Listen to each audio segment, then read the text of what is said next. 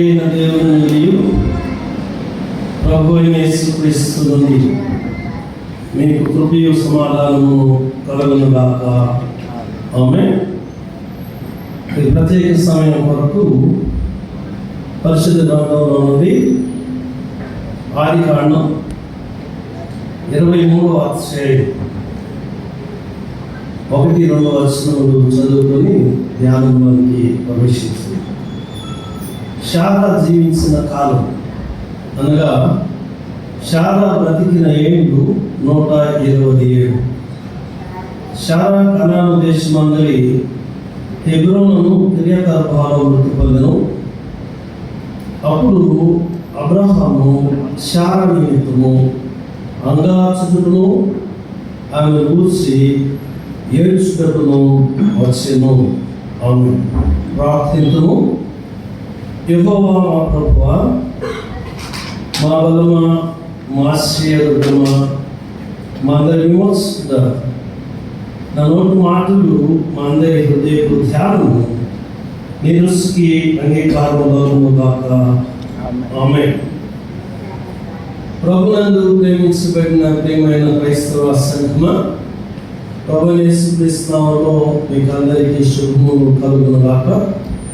ప్రియులు పిపిఎస్ చంద్రశేఖర్ గారు, దేవుడు వారికి అనుగ్రహించినటువంటి విధులు రక్ష సంబంధికులు, ప్రభు అయినటువంటి దేవుడు మీకు పరిపూర్ణమైనటువంటి ఓదార్పును, పరిశుద్ధాత్మ ఆదరణను నిండాగా మీకు అనుగ్రహించి కాపాడును గాక.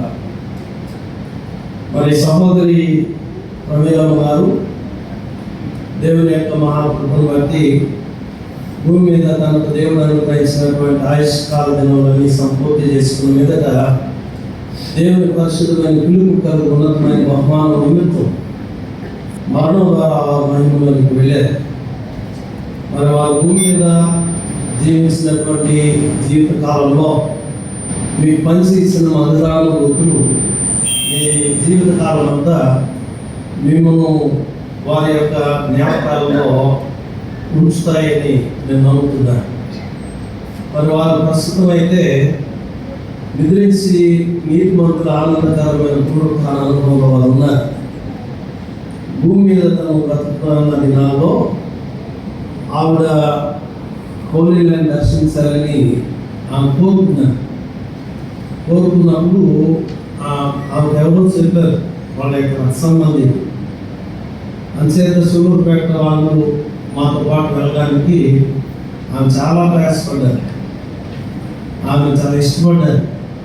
మాతో పాటు ఎరుసలేము వచ్చారట.